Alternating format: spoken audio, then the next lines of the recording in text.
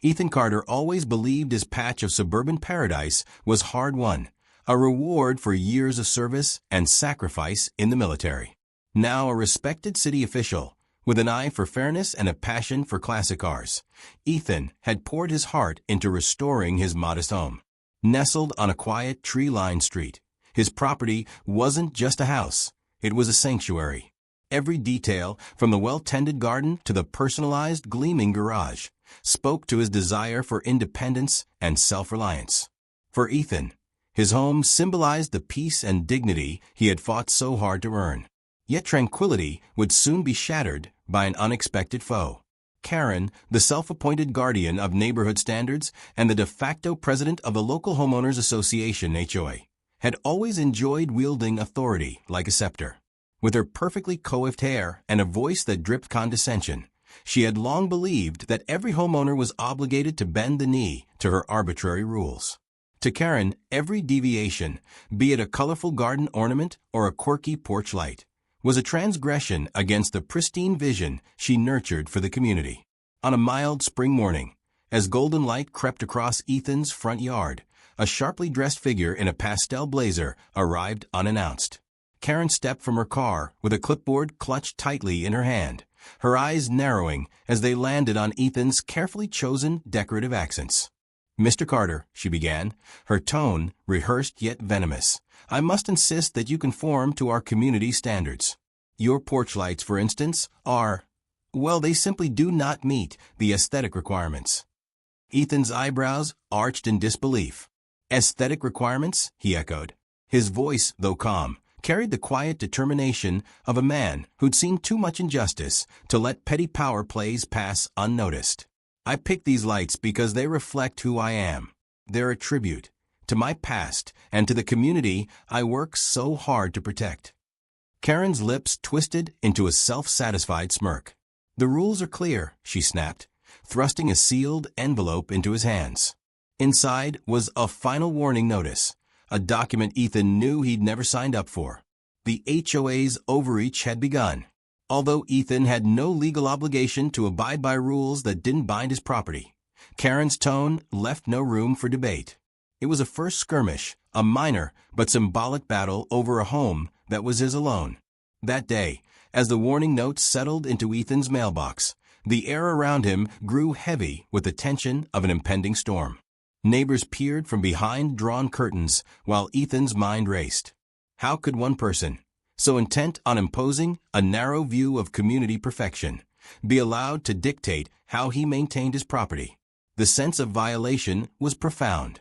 His home was his castle, earned through honor, sacrifice, and a commitment to living free from unjust authority. In the days that followed, Ethan mulled over Karen's accusations and the absurdity of the HOA strictures. He recalled the long nights spent poring over zoning laws and community charters, convinced that his rights as a property owner were clearly enshrined in local law. Yet Karen's tyranny had no legal basis. It was rooted in an entitlement that seemed to flourish in the absence of any real oversight. Determined not to let an amateur rule enforcer hijack his way of life, Ethan decided to stand his ground. That very evening, as the sunset bathed his home in a defiant glow, he sat at his weathered kitchen table and began drafting a letter. In measured, resolute prose, he cited municipal codes and property rights, each line a repudiation of Karen's baseless demands. His pen raced across the page with the clarity of someone who knew that his independence was non-negotiable. The first confrontation had been set in motion. Karen, with her clipboard and unwavering air of entitlement, had underestimated the spirit of a man who knew that he alone was the master of his domain.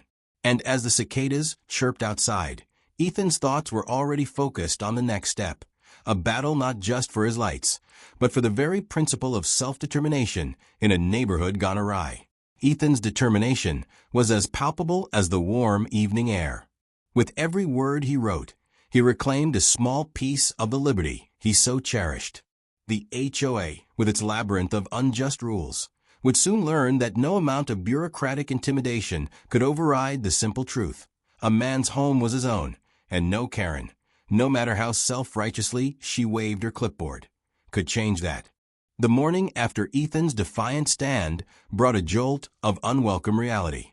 Attached to his front door was a crisp envelope, its stark lettering announcing a fine of $750. The alleged infraction? A violation of community light regulations, a charge so flimsy it bordered on farce. As Ethan unfolded the document, his pulse quickened with a mix of indignation and disbelief. The notice was not only baseless, it was a blatant display of the HOA's power trip. Karen was waiting on the sidewalk, leaning casually against her car as if she were delivering a public service. "The rules apply to everyone, Mr. Carter," she declared, arms crossed in that all-too-familiar posture of entitlement. Her voice carried over the quiet street, and a few curious neighbors lingered to catch the spectacle. Ethan's response was measured but firm. "I'm well aware of the rules, and I'm equally aware that they do not extend to every inch of my property," he replied, his tone a blend of legal precision and quiet defiance. He knew the law, he knew his rights. What Karen offered was nothing more than an attempt to force conformity through intimidation. As Karen launched into a tirade about community aesthetics and the sanctity of neighborhood standards, Ethan calmly detailed his research. "I've reviewed the zoning codes and property rights statutes, and I'm confident that my setup falls entirely within legal bounds. I simply won't be bullied by arbitrary rules." His eyes, steady and unwavering, met hers with a challenge that spoke louder than words. Unwilling to accept defeat, Karen retreated only to regroup. By mid-morning, as Ethan sipped his coffee in the light of a clear sky, a pair of uniformed inspectors arrived at his doorstep. They were dispatched on an anonymous complaint that seemed to have materialized overnight, one that painted Ethan as a serial offender of community standards. The inspectors began their routine assessment, clipboard in hand, scrutinizing every detail of his property with an overzealous fervor. Meanwhile, Karen took every opportunity to flaunt her authority. Standing at a distance, she casually pointed out imagined violations to a group of dismayed residents. "This is what happens when rules aren't followed," she murmured with self-righteous satisfaction. To her, Ethan's defiance was not an isolated incident, but a direct challenge to the community's established order. And she was determined to set an example. Ethan, though perturbed by the sudden invasion of his private life, was resolute. His call to the local zoning office was swift and pointed. With calm precision, he submitted his counter-complaint along with copies of municipal regulations and evidence that the so-called violations were a figment of Karen's imagination. His actions weren't just for his own sake, they were a stand against an HOA that overstepped its bounds. As the day wore on, tension mounted like a pressure cooker, ready to explode. Neighbors whispered their support and skepticism alike, torn between the allure of conformity and the thrill of rebellion. Yet one thing was clear. Karen's power move had ignited a fire under the community. The blatant abuse of authority, now laid bare, threatened to unravel the very fabric of the neighborhood's sense of fairness. In the midst of this bureaucratic warfare, Ethan maintained his cool. He documented every interaction, every official notice, and every offhand remark by Karen. With each recorded detail, his resolve strengthened. The fine was more than just an invoice. It was a declaration of war. And in Ethan's mind, every dollar demanded and every unwarranted inspection was a challenge to his hard-won freedom. By dusk, as the inspectors packed up their notes and Karen's smug satisfaction began to wane, Ethan stepped outside onto his porch. The cool evening air felt like a promise, a reminder that, despite the day's chaos, he still owned his sanctuary. In that quiet moment, surrounded by the evidence of both personal victory and systemic overreach, Ethan silently vowed to fight back. His pen and his determination were mightier than any clipboard. Karen's first power move had set the stage for a larger battle, a battle of principle versus privilege, of common sense against bureaucratic tyranny. And as the neighborhood settled into an uneasy night, one truth resonated. Ethan Carter would not be cowed by an overzealous HOA. The spark had been lit, and the flames of resistance were just beginning to spread. In the days following the initial clash, unsettling patterns began to emerge. Ethan's neighbors, quietly burdened by similar experiences, whispered in hushed tones about Karen's heavy-handed tactics. It wasn't long before the truth became impossible to ignore. Rumors swirled. Fines mysteriously evaporated when hefty donations were made to the HOA fund. Certain violations were invented overnight to target dissenters. Ethan, with his innate sense of justice, sensed that this was more than just a bureaucratic quirk. It was a systematic abuse of power. One balmy afternoon, as Ethan returned home from a meeting at City Hall, he found an ominous letter stapled to his mailbox.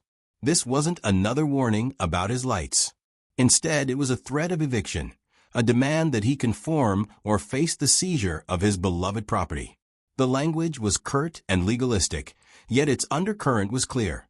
Karen was willing to cross the line of legality. Determined to uncover the truth behind these draconian measures, Ethan embarked on an investigation of the HOA's inner workings. Quietly, he began attending board meetings, sitting at the back where he could observe without drawing attention. There, amid heated debates and hushed whispers, it became evident that not all board members shared Karen's ruthless zeal. A few, disillusioned by her self-serving decisions, exchanged furtive glances and subtle nods, signs of doubt about the validity of her methods. Ethan's investigative journey led him to startling revelations.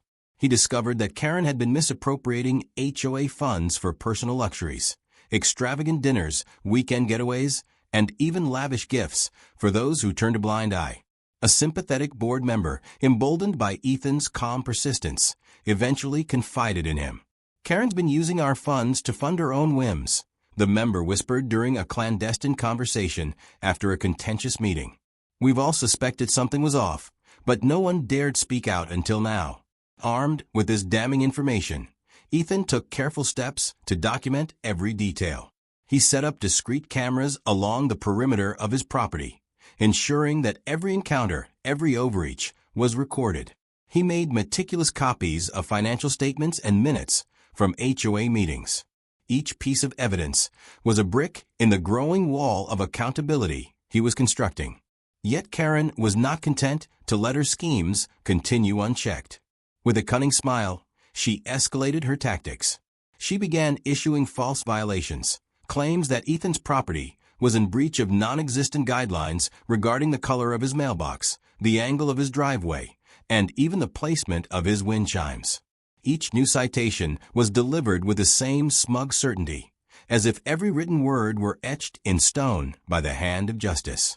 The threat of eviction grew ever more menacing as Karen began hinting that the HOA might even call in local law enforcement to enforce these dubious regulations. The tension in the neighborhood reached a fever pitch. Whispers turned into murmurs of outrage as homeowners, once compliant out of fear, started questioning the legitimacy of an organization that seemed determined to break their spirits. Ethan, however, remained the steady center of this storm. Late one night, poring over his newly acquired documents in the quiet of his study, he realized that every illegal act by the HOA, and by extension, Karen, was an opportunity.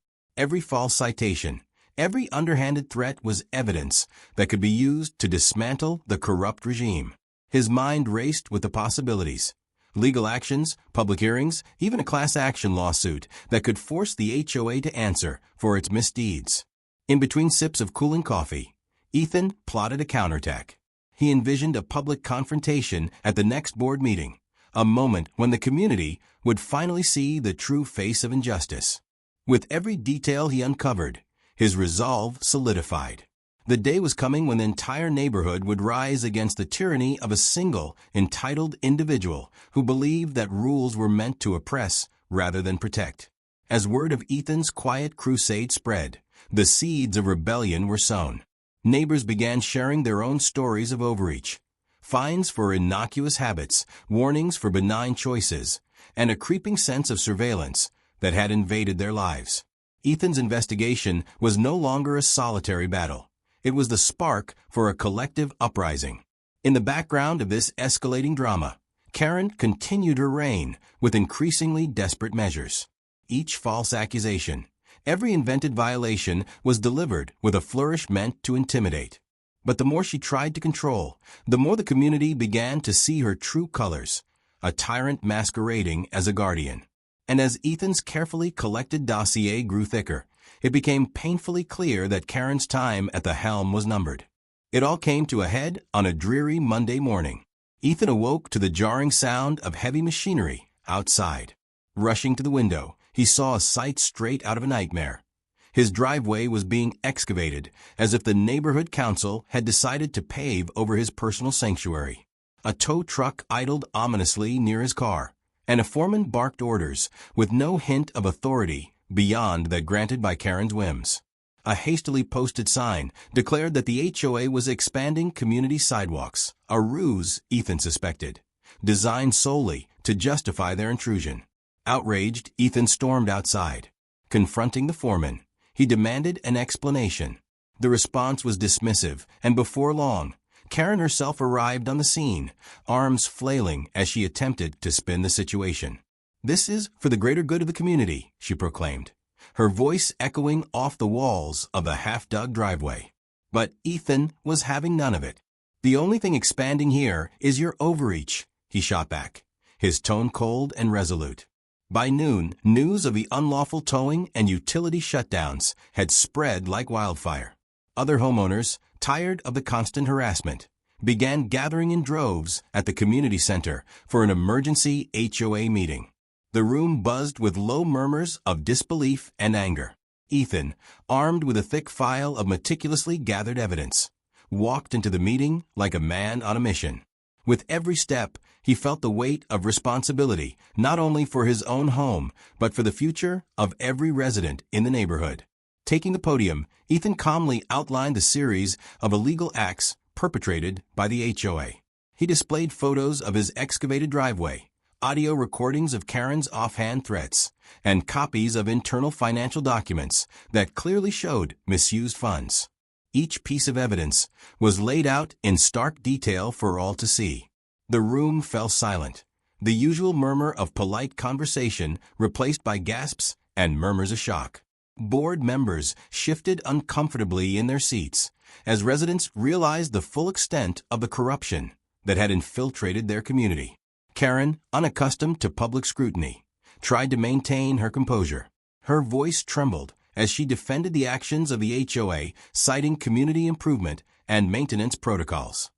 But every explanation was met with skeptical stares and pointed questions. One homeowner, emboldened by the mounting evidence, asked, "Since when does turning a driveway into a construction site require our consent?" The question hung in the air, and for a long moment, Karen had no answer. Emboldened by the support of her neighbors, Ethan pressed on. "I stand here not only for myself, but for all of you who deserve to live free from intimidation. Your homes are your own, and no one, no single person or corrupt board, has the right to dictate how you enjoy them." His words resonated, echoing against the walls of the community center as more homeowners nodded in agreement. In that charged atmosphere, the tide began to turn. Board members who had long remained silent started questioning the legitimacy of Karen's actions. Some revealed that they, too, had been forced into compliance by her domineering tactics, while others expressed outrage over the blatant abuse of power. The meeting transformed from a staged defense into a full-blown inquiry into the HOA's practices. By the end of the meeting, it was clear that Ethan's evidence had sparked a revolution. Community members organized themselves into committees, determined to reclaim control of their neighborhood. A resolution was proposed to suspend all unauthorized activities by the HOA until an independent audit could be conducted. The room, once under Karen's oppressive shadow, now hummed with the promise of reform. Outside, as Ethan stepped back onto his porch to survey the calm after the storm, he allowed himself a rare smile. His property, a home that had weathered the forces of tyranny, stood as a beacon of resistance. Karen, though still fuming in a corner of the meeting hall, had lost her grip on the community. The first real crack had appeared in the facade of the HOA's authority, and it was only a matter of time before the entire structure began to crumble. With every neighbor's word of support and every piece of evidence laid bare, Ethan realized that the fight was not just about one home or one set of rules. It was about the fundamental right to live on one's own terms. And as the sun dipped below the horizon, casting long shadows over a neighborhood now awakened to its own power, Ethan knew that this was only the beginning of a long overdue reckoning. Karen, cornered and desperate, had one last trick up her sleeve, a final gambit that would either force Ethan's submission or expose her crimes once and for all. Late one humid evening, just as dusk was fading into a restless night, Karen dialed 911. Her voice, edged with a mixture of panic and determination, reported a public disturbance at Ethan's property. The allegation? That his uniquely styled porch lights were not only in violation of HOA regulations, but were also disruptive to the peace of the neighborhood. It was a claim so absurd that even the dispatch operator hesitated before transferring her call to the local officer on duty. Within minutes, the wail of a police siren sliced through the silence. An officer, his uniform crisp and eyes alert, arrived at Ethan's doorstep. Ethan, who had been reviewing his amassed evidence for the upcoming legal battle, looked up in startled confusion. "Officer, I'm not even in your jurisdiction when it comes to HOA regulations," he said coolly, pulling out his city official badge as a quiet reminder of his rights. The officer, clearly frustrated by what he saw as a misuse of his time, exchanged a curt word with Karen before turning his attention to the situation. But Karen wasn't finished. Fueled by a desperate need to maintain control, she soon hired a private investigator, a shadowy figure tasked with digging up any shred of dirt that might finally bring Ethan down. In a twist of irony, it was not Ethan's misdeeds that were captured, but the private investigator's own illegal maneuvers. Late one night, as Ethan reviewed security footage from a discreet camera installed near his garage, he noticed something alarming: a figure lurking suspiciously near his home. Zooming in, Ethan saw not the investigator's intended target, but evidence of trespassing and covert surveillance on his own property. The footage was irrefutable proof that Karen's hired hand was breaking the law. Armed with this explosive evidence, Ethan prepared for a showdown that would leave no doubt about Karen's illegal operations. At the next HOA meeting, a gathering that had become a battleground for community rights, Ethan arrived with a USB drive and a stack of documents. As the room filled with murmurs and anxious anticipation, he connected his laptop to a projector. The screen flickered to life, displaying the damning video footage, a grainy but unmistakable recording of the private investigator creeping around his garage, coupled with audio snippets of whispered conversations discussing unauthorized entry and other dubious plans. A hush fell over the room. For the first time, Karen's carefully maintained facade of authority crumbled under the weight of evidence. "I can't believe what I'm seeing," one resident murmured, as shock rippled through the gathered crowd. Ethan's voice, steady and resolute, broke the silence. "This isn't about the lights or a minor code violation. It's about a blatant abuse of power, illegal trespassing, and a complete disregard for your rights as homeowners." Karen's face drained of color. For a brief moment, she looked as if she might concede, but then her eyes flashed with the last vestiges of defiance. "This is nothing but a misunderstanding," she stuttered, her voice cracking under pressure. But the evidence was indisputable. The room erupted in a chorus of disapproval. Neighbors demanded accountability. Board members demanded answers. The officer, who had arrived earlier under false pretenses, now found himself a reluctant witness to the unfolding scandal. Ethan's calm, methodical presentation left no room for Karen's denials. Every claim she had made was systematically dismantled by the truth. With her final desperate move having backfired spectacularly, Karen realized too late that she had crossed a line that could never be uncrossed. In the aftermath of the meeting, as the community buzzed with renewed determination, Karen's power had evaporated entirely. The evidence of her orchestrated chaos was now in the hands of both the residents and the authorities. The call to 911, once intended as a tool of intimidation, had become the catalyst for her undoing. And as Ethan locked his front door that night, he couldn't help but reflect on the bitter irony. The very tools of authority she had misused were now the instruments of her downfall. The battle lines were drawn, and with each new piece of evidence, the case against Karen and the corrupt HOA became ever more undeniable.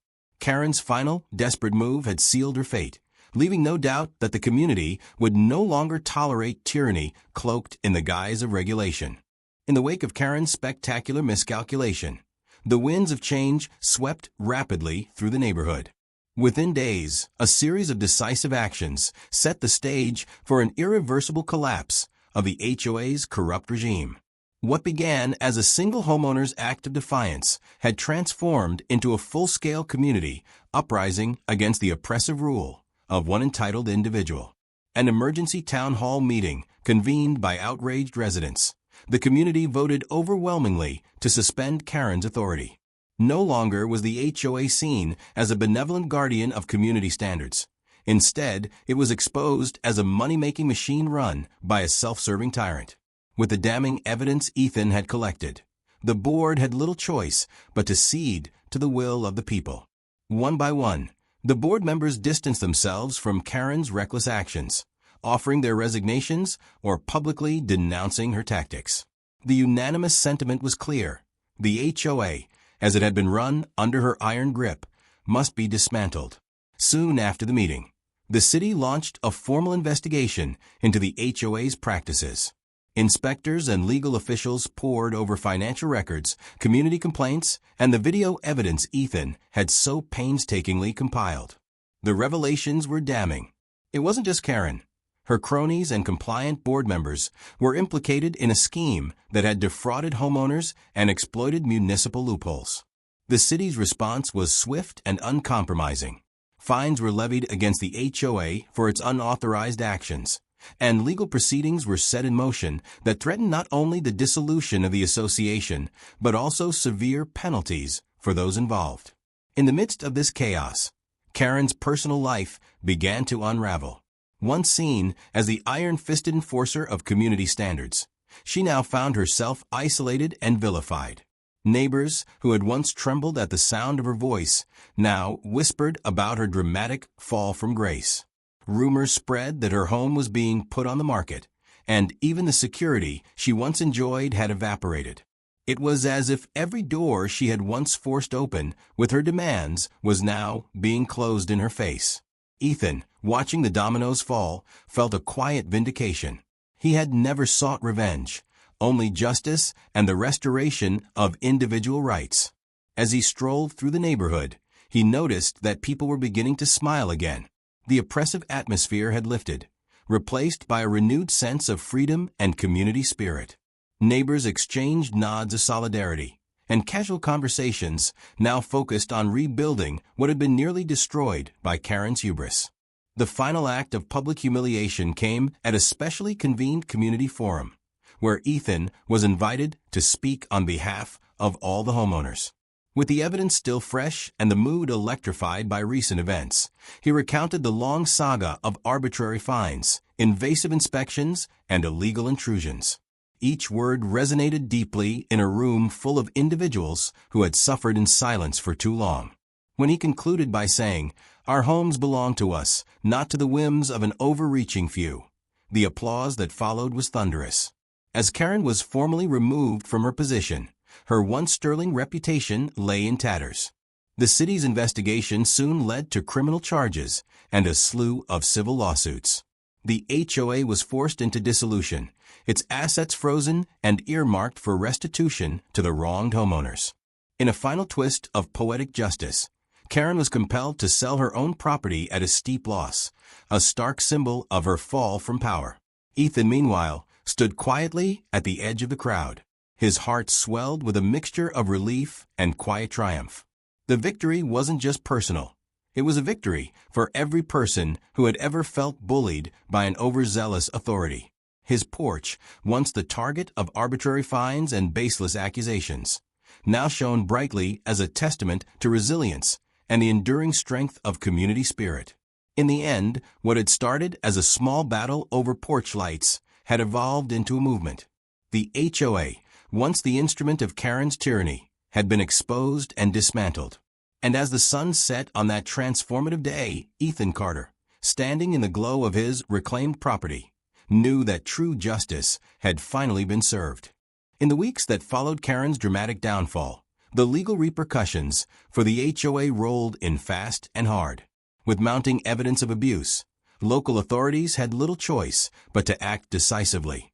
A series of formal lawsuits were launched against the defunct HOA, spearheaded by a coalition of outraged homeowners led by Ethan himself. Attorneys specializing in civil rights and property law began scrutinizing every transaction, every board meeting minute, and every seemingly innocent regulation that had been twisted into a tool of oppression. City officials, once silent in the face of Karen's overreach, now issued stern statements decrying the illegal practices that had pervaded the association. Fines totaling tens of thousands of dollars were levied against the HOA, and a state investigation was launched into the financial misdeeds that had left so many residents struggling with unfair bills and baseless fines.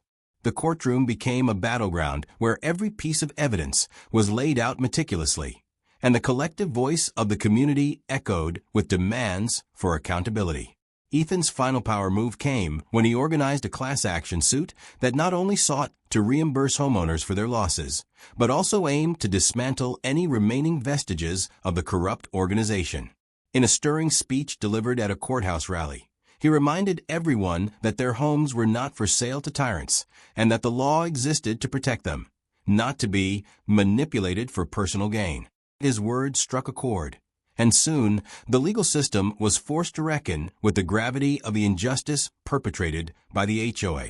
The culmination of these legal battles saw not only the complete dissolution of the HOA, but also a series of criminal charges against several board members. The once feared institution was now a cautionary tale, a stark reminder that power without accountability was destined to fall. The verdicts, when they came, were as much a victory for the community as they were a personal vindication for Ethan. The legal consequences were far-reaching, ensuring that similar abuses of power would be thwarted in the future. As the legal proceedings against the HOA unfolded, Karen's own life began to mirror the collapse of her empire. The once commanding presence, who had terrorized her neighbors, now found herself the subject of scorn and ridicule. Public opinion shifted dramatically, and every headline, every whispered conversation in the neighborhood was a reminder that her time at the top was over. Financial ruin came quickly. With the HOA's funds frozen and her own assets scrutinized, Karen saw her personal fortune evaporate. Her luxurious car was repossessed, and rumors spread that her extravagant lifestyle had come at a steep price. In a cruel twist of fate, the very community she had once governed with an iron fist was now witnessing her humiliation firsthand. Even her family life was not spared. Long-held personal grievances emerged as her husband filed for divorce, citing her obsession with power and the collateral damage it had wrought on their lives. Once the darling of the community's standards committee, Karen was now forced to reckon with the bitter truth. Her actions had isolated her from everyone who mattered. One bitter afternoon, as she shuffled into a nondescript building for a final interview with a local news station, Karen's despondency was on full display. The reporter's questions, laced with pointed irony, highlighted her fall from grace. "How does it feel?" the reporter asked, "to be on the other side of the very rules you once enforced so zealously?" There was no clever retort this time, only silence and a defeated slump of her shoulders. In the end, Karen was forced to accept a lowly position as an assistant property manager for another HOA, a cruel twist of poetic justice. On her first day in the new role, as she shuffled through a maze of rules she had once dictated, she couldn't help but feel the weight of her past transgressions.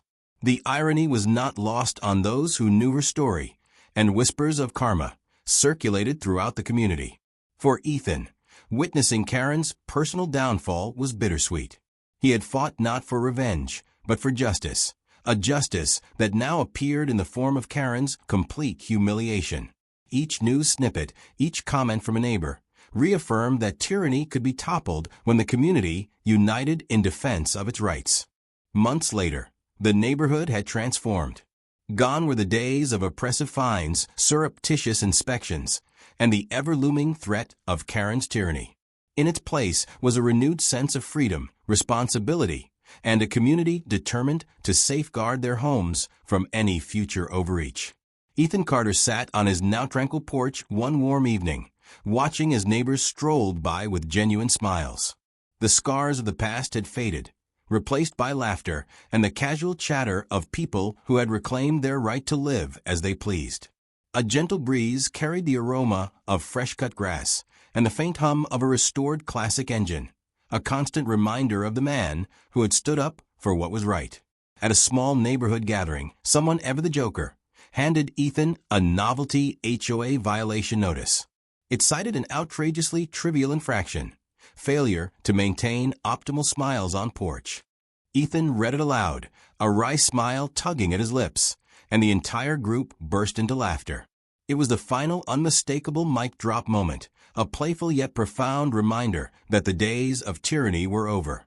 As twilight deepened, Ethan's eyes roamed over the familiar street, now buzzing with genuine community spirit rather than fearful compliance. The battle had been long and hard, but the victory was sweet. In that quiet moment, with the sound of friendly banter in the background and the soft glow of porch lights that he now proudly displayed, Ethan mused silently. They really tried, but in the end, the truth and a little common sense were all we needed. The story of Karen and the corrupt HOA would live on as a cautionary tale, a reminder that when one person stands up for their rights, it can ignite a movement that transforms an entire community.